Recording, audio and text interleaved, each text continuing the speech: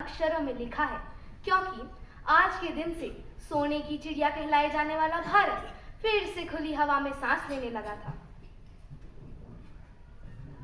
क्या तुम्हें पता है शांभवी, देश को आजाद हुए दशक हो चुके हैं और इस दौरान हम हर मंच पर उन्नति का शिखर प्राप्त कर चुके हैं। विज्ञान, कृषि, शिक्षा, तकनीकी, साहित्य, आर्थिक, खेल समेत तमाम मंचों पर भारत बहुत तरक्की कर चुका है। परमाणु क्षमता संपन्न देश भारत अंतरिक्ष के क्षेत्र में भी कई उपलब्धियां हासिल कर चुका है। यह हमारी मेहनत का ही फल है। हाँ, और दृष्टि, पिछले वर्ष ही तो चांद पर चंद्रयान लॉन्च कर भारत ने इतिहास रचा है। तुम्हें याद है अपने देश की इस सफलता पर उत्साहपूर्वक चांद व चंद्रयान पर हम सभी छात्राओं ने कितनी सारी कविताएं लिखी थी? हाँ, मैंने भी लिखी थी। आजादी की कभी शाम ना होने देंगे, शहीदों की कुर्बानी बदनाम ना होने देंगे, बची है जब तक एक बूंद लहू की रगों में, भारत माँ का आंचल वीरान न होने देंगे। और आज हम जिस स्वतंत्र देश में रह रहे हैं, उसे स्वतंत्रता दिलाने में स्वतंत्रता सेनानियों ने बहुत संघर्ष किया था। क्या तुम हमारे स्वतंत्रता सेनानियों को जानती हो? हाँ, हम उन्हें कैसे भूल सकते हैं। उन्होंने हमें स्वतंत्रता दिलाने में अपना जीवन कुर्बान कर दिया था। भगत सिंह, जवाहरलाल नेहरू, मंगल पांडे, महात्मा गांधी, चंद्रशेखर आजाद, न जाने कितने ही देशभक्तों की कुर्बानियों को हम अपनी किताबों में पढ़ते आए हैं। इन अनगिनत वीरों के साथ कई वीरांगनाओं ने भी स्वतंत्रता आंदोलन में महत्वपूर्ण योगदान दिया था, जैसे रानी लक्ष्मीबाई, अरुणा आफिस अली, सुचित्रा कृपलानी, आनी बेसेंट, सिस्टर निवेदिता जैसे कई अनगिनत वीरांगनाओं ने। आज हम आप सभी को स्वतंत्रता की घटनाओं से परिचित कराएंगे, तो चलिए इन वीरों और वीरांगनाओं से मिलते हैं। अब मैं मंच पर क्रांतिवीरों को स्वतंत्रता आंदोलन में उनके योगदान पर प्रकाश डालने हेतु आमंत्रित करती हूँ। इन्हीं की जुबानी। 29 नवंबर 1828 को बनारस के मराठी परिवार में हुआ था। पिता ने मुझे पढ़ाई के साथ साथ युद्ध कौशल भी सिखाया। मैं घुड़सवारी, तलवारबाजी और तीरंदाजी में पारंगत थी। फिर मेरा विवाह झांसी के राजा गंगाधर राव के साथ हो गया और तब से मैं झांसी की रानी कहलाई। कुछ समय बाद राजा मृत्यु को प्राप्त हुई। अंग्रेजों ने मेरे दत्तक पुत्र दामोदर को झांसी के राज्य का उत्तराधिकारी स्वीकार करने से इनकार कर दिया। अंग्रेजों ने मुझे सालाना 60,000 रुपए पेंशन लेने और झांसी का किला खाली करने का आदेश दिया। अब झांसी को बचाने के लिए मैंने 14,000 बागियों की एक सेना तैयार की। अब राजगद्दी पर बैठने वाला कोई नहीं था, इसलिए उस समय के अंग्रेज अधिकारी डलहौजी ने मेरी झांसी को हड़पने के लिए अपनी पूरी सेना भेज दी। मैं मैदान में कूद पड़ी। मैंने युद्ध के मैदान में लेफ्टिनेंट वॉकर को जख्मी कर भागने पर विवश किया।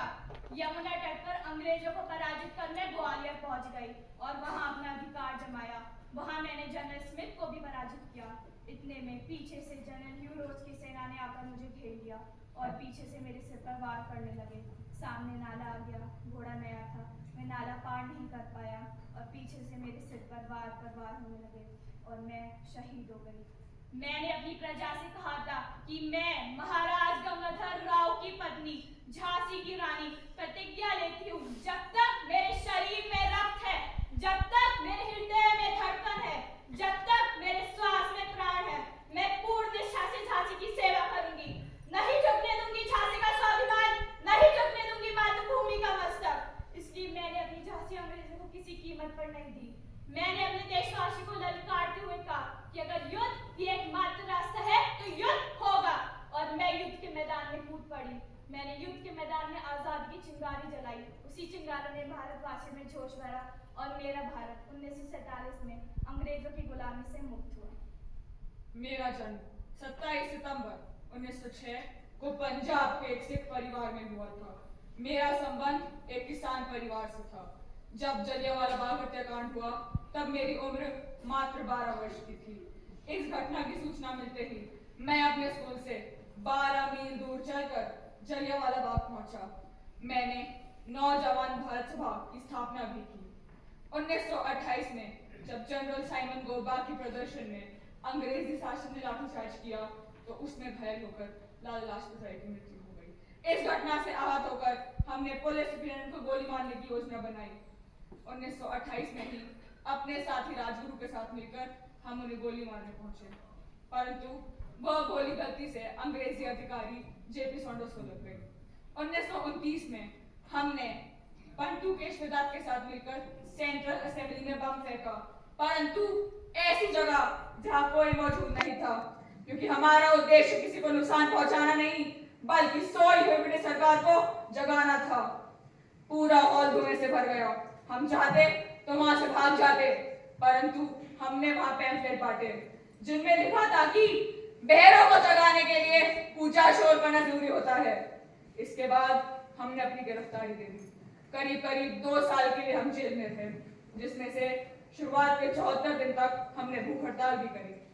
इसी बीच हमें फांसी की सजा सुनाई गई। सरफरोशी की तमन्ना अब हमारे दिल में है, देखना है जोर कितना बाजुए कातिल में है। तब मैंने ऐलान किया कि लिख रहा हूं अंजाम जिसका, कल उसका आगाज आएगा। मेरे लहू का हर एक कतरा इंकलाब लाएगा। मैं रहूं या ना रहूं, ये मेरा वादा है तुझसे। मेरे बाद इस वतन में मरने वालों का सैलाब आएगा।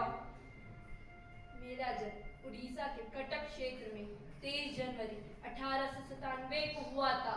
मेरी माताजी प्रभावती, जिनकी 14 संतानों में मेरा 9वां स्थान था। मेरे पिताजी जानकीनाथ कटक के एक मशहूर सरकारी वकील थे। 16 वर्ष की आयु में ही मैंने विवेकानंद व रामकृष्ण की रचनाओं का पढ़ना आरंभ कर दिया था। मैं बचपन से ही पढ़ने में बहुत होशियार व तेज था। मैंने अपनी कोर्स बुक्स के साथ साथ देश विदेश की महत्वपूर्ण पुस्तकों का भी अध्ययन किया। मेरे तेज दिमाग को देखकर मेरे माता पिता ने मुझे भारतीय सिविल सेवा की तैयारी के लिए इंग्लैंड के कैम्ब्रिज विश्वविद्यालय में भेजा। 1920 में मैंने सिविल सेवा में 4था स्थान प्राप्त किया। 1921 में जलियांवाला बाग हत्याकांड में मुझे अंतर तक झकझोर कर रख दिया और मैंने अंग्रेजों को देश से बाहर निकालने का प्रण लिया। गांधी जी की विचारधारा से प्रभावित होकर मैंने नौकरी से त्याग पत्र दे दिया और मैं भारत लौट आया। अब मेरा एक ही मकसद था, देश को आजाद करना। द्वितीय ब्रिटिश युद्ध के दौरान मैंने जापान की सहायता से आजाद हिंद फौज की स्थापना की और मैंने सबको संबोधित करते हुए कहा, बहनों और भाइयों, हमने जो आजादी की लड़ाई छेड़ रखी है उसे तब तक जारी रखेंगे जब तक हमें मुकम्मल आजादी हासिल न हो। विभिन्न मतभेदों को भुलाकर विभिन्न दिशाओं में बिखरी ताकत जितना शीघ्रता से हम केंद्रित कर सकेंगे, उतनी ही जल्द हम आजादी हासिल कर सकेंगे। हिंदुस्तान के स्वतंत्रता के सिपाहियों, बिना कीमत चुकाए इस दुनिया में कुछ हासिल ही नहीं होता और आजादी की कीमत है शहादत। इसलिए आज मैं सबको कॉल देता हूँ, तुम मुझे खून दो, मैं तुम्हें आजादी दूंगा। मेरा जन्म 3 दिसंबर 1906 को उत्तर प्रदेश में हुआ था। मेरे पिता सरकारी स्कूल के प्रिंसिपल थे। 1921 में जब असहयोग आंदोलन अपनी चरम सीमा पर था, तब मेरी उम्र मात्र 15 वर्ष की थी और मैं इसमें शामिल हो गया। मुझे गिरफ्तार कर लिया गया और मुझे स्टेट के सामने पेश किया गया। जब मुझसे मेरा नाम पूछा गया तो मैंने कहा आजाद। जब मुझसे मेरे पिता का नाम पूछा गया तो मैंने कहा स्वतंत्रता और अपना घर जेल बताया। क्रोधित मजिस्ट्रेट ने मुझे 15 कोड़ों की सजा सुनाई। मैंने हिंदुस्तान रिपब्लिकन एसोसिएशन की स्थापना की। मुझे यकीन था कि हमें आजादी के लिए लड़ना ही पड़ेगा, इसलिए सरकारी संपत्ति लूटकर धन इकट्ठा करती थी। 1925 में काकोरी ट्रेन डकैती, 1928 में लाला लाजपत राय की हत्या का बदला, 1929 में भारत के वायसराय की ट्रेन उड़ाने की कोशिश के बाद से मैं फरार चल रहा था। ब्रिटिश सरकार ने मुझे गिरफ्तार करने के लिए 5000 रुपए की घोषणा की। एक दिन 27 फरवरी 1931 को अपने साथी सुखदेव के साथ एलिफेंट पार्क में बैठकर विचार विमर्श कर रहा था। तभी अचानक ब्रिटिश सेना ने आकर हमें चारों ओर से घेर लिया। दोनों ओर से बहुत देर तक जमकर गोलियां चलती रही। अंत में मैं सुखदेव को वहां से भगाने में सफल रहा। अब मेरे पास एक ही गोली बची थी। मैंने सोचा यदि मैं यह गोली भी चला लूंगा तो मेरे गिरफ्तार होने का डर है, इसलिए मैंने वह अंतिम गोली अपने पर चला ली। मैंने प्रण लिया था